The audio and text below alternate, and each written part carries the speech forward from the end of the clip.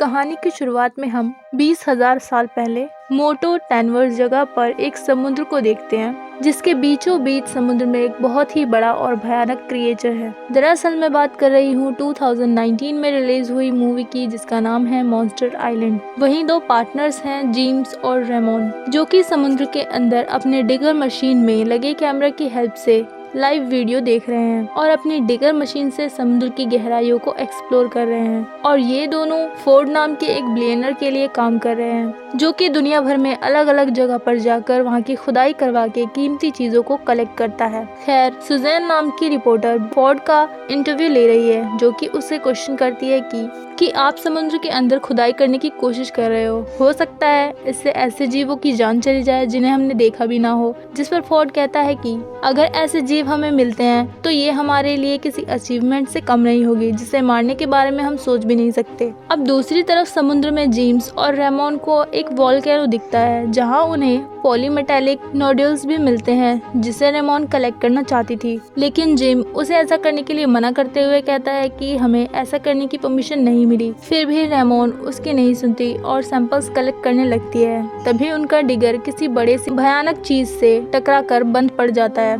जिससे दोनों काफी घबरा जाते हैं। तभी फोर्ड कैमरा लेकर आता है, जिस पर इंटरव्यू चल रहा था, ताकि वो अपने डिगर की वीडियो लाइव दिखा सके। लेकिन रेमोन मना करते हुए कहते हैं कि इस वीडियो को हम नहीं दिखा सकते, क्योंकि डिगर को किसी भयानक चीज ने बर्बाद कर दिया है। जिसके बाद वो सारा सामान लेकर समुद्र में जाने के लिए निकल जाते हैं। वहीं जहाज के पास फोर्ड से मिलने सारा आती है, जो कि इंटरनेशनल सी बोर्ड अथॉरिटी से थी।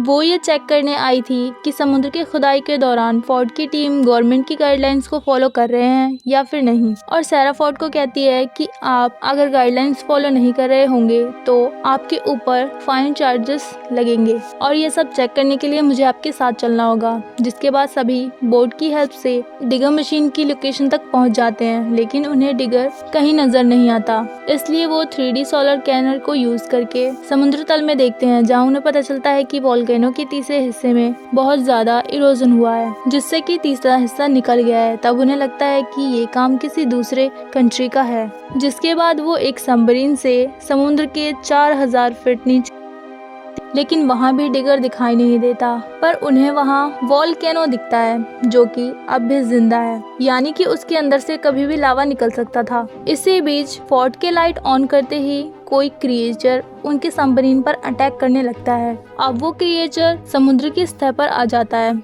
जिसे हम क्लियरली देख पाते हैं, जो कि बहुत ही बड़ा और भयानक स्टारफिश की तरह दिखाई दे रहा था। और उनकी सबमरीन उस क्रिएचर के ऊपर थी, इसलिए वो वहाँ से हिल भी नहीं सकते थे। तभी सारा कहती है कि मैंने ऐसे क्रिएचर के बारे में पढ़ा है, इन्हें काइजू कहा जाता है, जो कि वोल्केनो के लावा से जन्म लेते हैं। तभी अचानक जैसे ही काइजू उनके सबमरीन पर अटैक करने वाला था, अचानक समुद्र की लहरों से उनके सबमरीन सेफ हो जाती है। जिसके बाद फोर्ड की बात नेवी मिलिट्री के ऑफिसर होंग से होती है, जिसके बाद फोर्ड उन्हें बताता है कि समुद्र में बहुत बड़ा काइजू आ गया है और वो कभी भी जमीन पर आकर तबाही मचा सकता है। जिस पर होंग हमले की तैयारी में जुट जाता है। तभी रेमोन सबको इन्फॉर्म करती है कि हमारे सबमरीन में पानी भरने लगा है। ये सुनकर सब घबरा जाते हैं और सबमरीन के ऊपर आ जाते हैं, जहां वो देख रहे हैं कि कुछ फाइटर प्लेन्स मिलकर काइजू पर अटैक कर रहे हैं, जिसकी वजह से काइजू के बॉडी से खून की जगह लावा निकल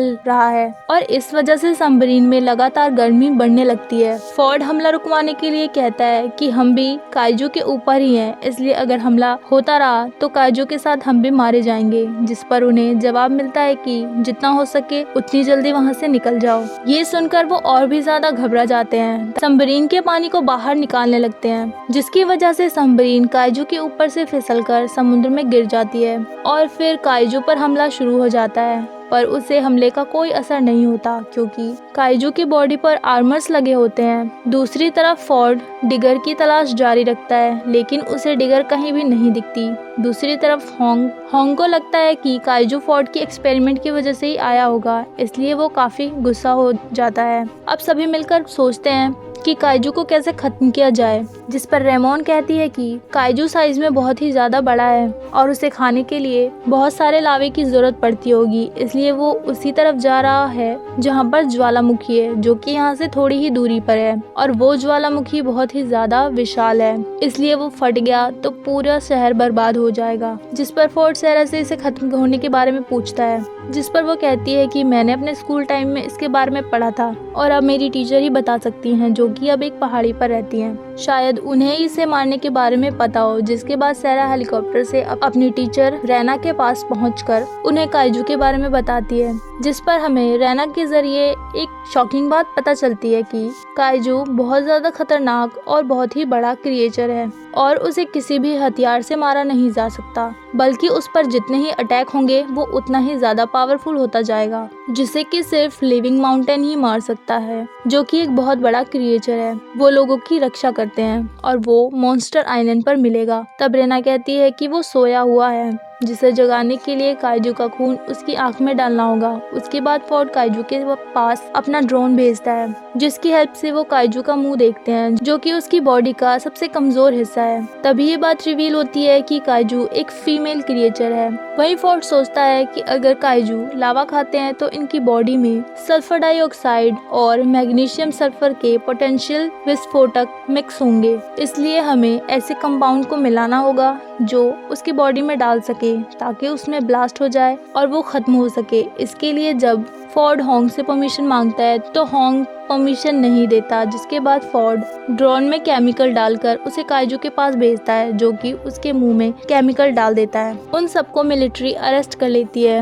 वहीं उस केमिकल रिएक्शन से काइजू मारा जाता है, जिसके बाद उसकी बॉडी से बहुत सारे अंडे निकलते हैं, जो कि पूरे शहर में फैल जाते हैं। उन अंडों से बहुत सारे ड्रैगन्स बाहर आते हैं। वहीं उनकी गाड़ी के सामने एक बहुत बड़ा अंडा गिरता है, जिससे कि एक ड्रैगन बाहर आता है और वो सोल्जर को मार देता है, जिसके बाद सभी अपनी जान बचाकर वहां से भागने लगते हैं। पर उनके पीछे अभी भी ड्रैगन पड़ा है और उसके ड्रैगन के मुंह से आग निकलता है, जिसके चपेट में जिम आ जाता है और उसकी मौत हो जाती है। दूसरी तरफ सेरा और रैना फोर्ड के पास पहुंचती है और उसे काइजू को मारने का रास्ता बताती है और कहती है कि हमें इसके लिए काइजू का खून चाहिए। वहीं सारे ड्रैगन्स ज्वालामुखी की तरफ बढ़ रहे होते हैं, जिन्हें मिलिट्री रोकने की कोशिश करती है, लेकिन ड्रैगन सभी को एक एक कर खत्म करने लगते हैं और वो ज्वालामुखी को खोदने लगते हैं। वहीं सभी काइजू के एक अंडे से खून लेने के लिए उसे लेकर मॉन्स्टर आइलैंड की तरफ निकल जाते हैं। वो अंडे को ज्वालामुखी से गर्म करके पानी में डुबो देते हैं ताकि वो अंडा क्रैक हो जाए, जिससे कि उसका खून वो लिविंग माउंटेन की आंख में डाल सके।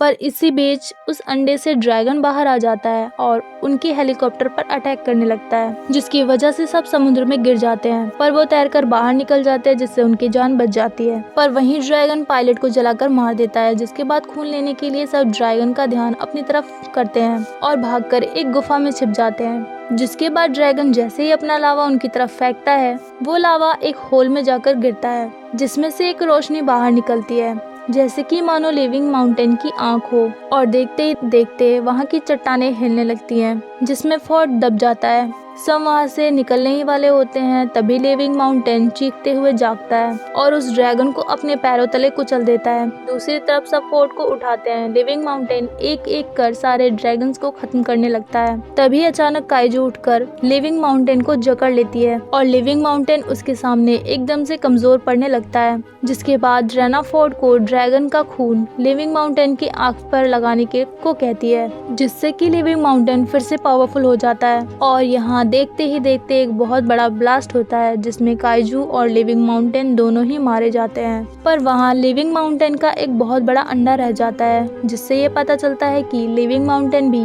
एक फीमेल क्रिएचर थी। जिस पर फोर्ड कहता है कि हमें भी अब इस अंडे की रक्षा करनी होगी, जैसे लिविंग माउंटेन ने हमारी की, और हमें आगे आने वाले सारे हमलों के लिए रेडी रहना होगा, क्योंकि यहाँ हो सकता है कि यहाँ काइजू जैसे और भी क्रिएचर्स होंगे। और इसी के साथ मूवी की एंडिंग हो जाती है। सो अगर आपको मूवी की एक्सप्लेनेशन पसंद आई हो तो वीडियो को लाइक करें और हमारे चैनल को सब्सक्राइब करें। फिर मिलेंगे एक और इंटरेस्टिंग मूवी की एक्सप्लेनेशन के साथ। तब तक के लिए गुड बाय।